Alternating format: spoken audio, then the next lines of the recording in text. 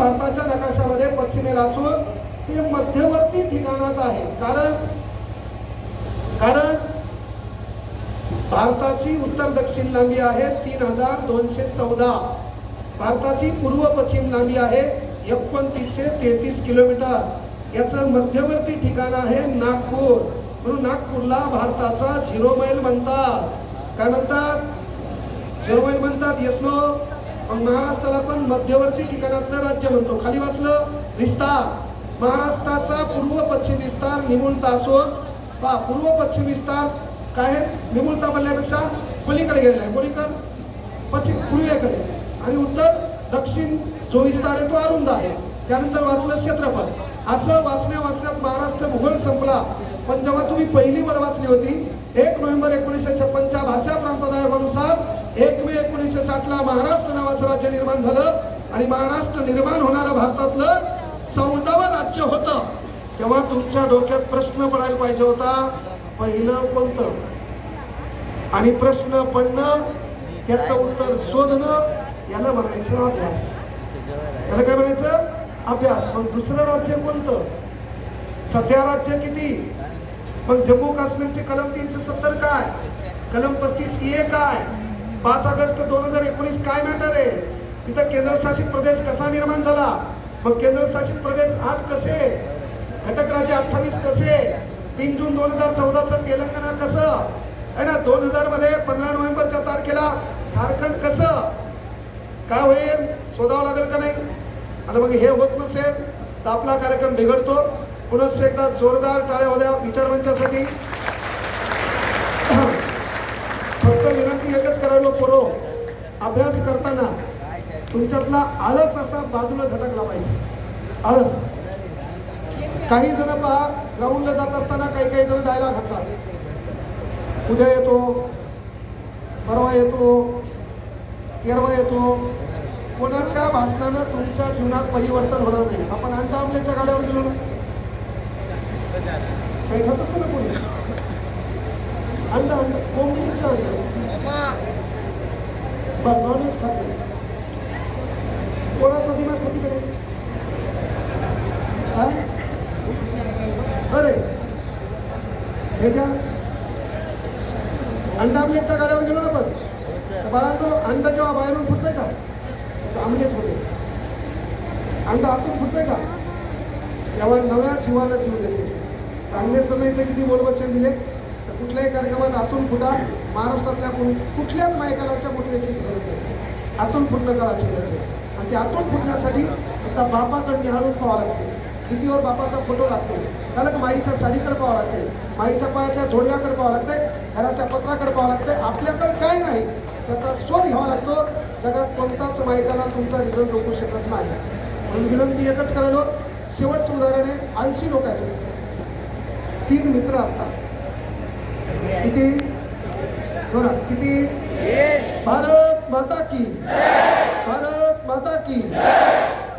छत्रपती शिवाजी महाराजांचा, छत्रपती शिवाजी महाराज की. डॉक्टर बाबासाहेब आंबेडकरांचा, भारतीय संविधानाचा. हम सब भारत माझा, सारे भारतीय वंदे वंदे भारत माता की, भारत माता की. आता लक्षात घ्या किती मित्र असतात? किती मित्र असतात? जे मी बोलणार नाही 100 मीटर मध्ये तो हा कार्यक्रम केली घेऊ. किती मित्र असतात? किती मित्र असतात? मी तुम्हाला सांगितलं त्याच्यामुळं सत्ता, मालमत्ता आणि बुद्धिमत्ता. काका इकडे येऊ लागले, थांबले का नाही? इसलिए खुद की हैसियत निर्माण करो. जिथं आपण बसलो तिथून कोणा उठलेलं पाहिजे. जिकडं आपण चाललो तिकडं सन्मानाने येऊन गेलं पाहिजे. म्हणून आपला एकच पक्ष, आपला एकच पक्ष आणि शिक्षकाचं आयुष्य, विद्यार्थ्याचं भविष्य. शिक्षकाचं आयुष्य. त्याने शिक्षकांना विनंती करतो किनोट क्षेत्रामध्ये भरपूर चांगले लोक आहेत, चांगलं शिकवायले, चांगलं मार्गदर्शन करायले. फक्त विनंती आहे यायचे माय बाप यायला हप्त्यातून मारत नसतील. सोमवारी बापाला येणं होत नसेल, मंगळवारी बापाला येणं होत नसेल तुम्ही रविवारी हाता घालून काढा. ग्राउंड झालं आणि तुम्ही नाही काढलं तर मग ही यंत्रणा तर नाही द्यायचे नाही. हे साधं सुद्धा हल्ला असं 4-5 जण भांडणामुळं कपड्यामुळं गाड्या किचन करायचं नाही. मोटरसायकल किचन व्हायच्या ना मोटरसायकल किचन करायचं. हा पण लोक याच्या घेऊन किती जण त्या रोडला पळतात. हा एकच काम करा कोणी हो, त्याच्या गाडीवर त्याच्या केसावर त्याच्या स्टाईलवर त्याच्या कपड्यावर भावायची गरज नाही. तू नोकरी लागली दिसायला सुंदर आहे स्वतःच्या जिल्ह्यात लागली रिलेशन तेच आहे. रिलेशन कोणाचं आहे? तो अभ्यास चांगला आहे, शिके बरोबर आहे, गणित बरोबर आहे, इंग्रजी थोडीफार जमती, तलाठी झाली, रिलेशन तहसीलदार. प्रेम कर, प्रेमाला दर्जा पाहिजे. तुझ्याकडे 80 त्याच्याकडे 30. एक सगळा भांडून कॉफी शॉप तुला काय हवं हा वाढायला द्यायचा पिझ्झा आणि भिंतीकड तोंड करून काला करून खाला तू पिझ्झा खातो. हे तुला विचार तुला काय हवं कोल्ड कॉफी. मराठीत काळा चहा पेणार आहे कोल्ड कॉफी. असो मित्र किती कसे आलसी कसे मित्र किती कसे तिघं जेवायला बसले. कसं बसले जेवायला बसला एका मित्राचा इथं डबा बातमी होती. एक भाजी केली जेवायला बसले तिघांनी एक घास खाल्ला. भाजी होती आणली पण तिघं कसे कसे पण काय झालं भाजी आणली आहे त्यामुळे एक म्हणलं तुम्ही टाक. त्यानं डायलॉग घातला भाऊ आपण एकदा बसल्यावर कोणताच मायकाला आपल्याला रुपत नाही. दुसऱ्या म्हणजे तू हा इशेत नाही म्हणलं आपल्या पायात पहिलेच पेन झाला. तिसरा हो घरे म्हणला मी उठू. तिघाने एक घास खाल्ला. भाजी कशी आहे तिघं कसे पण शेवटी एका तासाने पोर घाली. आपल्या तिघात जो कोणी पहिला बोलल त्यानं मीठ आणायचं. 2 तास झाले एकही बोलला नाही.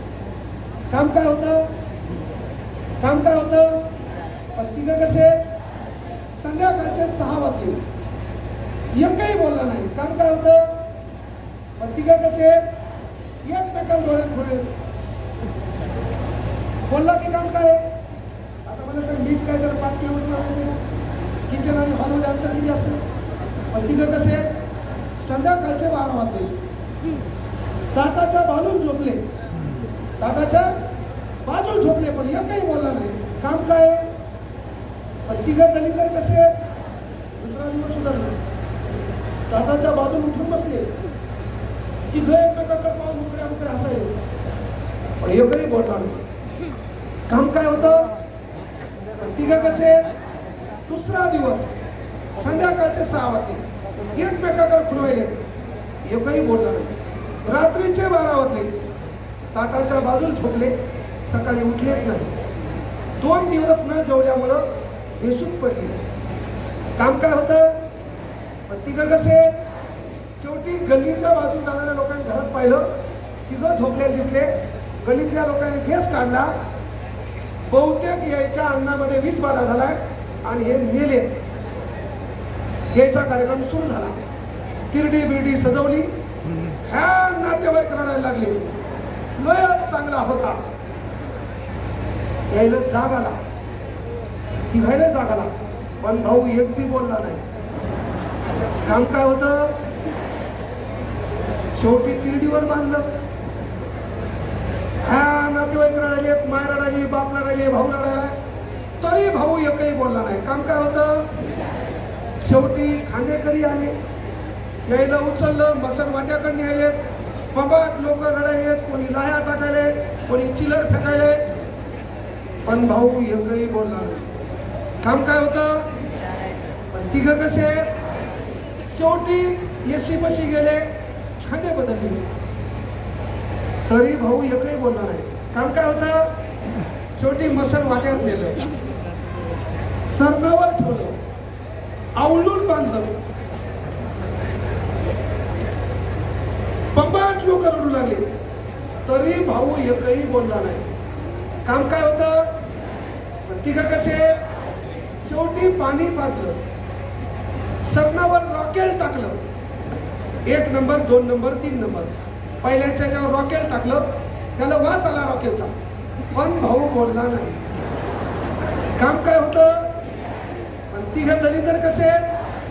शेवटी पहिल्याला टेंबा लावून दिला, पहिला जळायला लागला, तरी भाऊ बोलला नाही. काम काय होतं?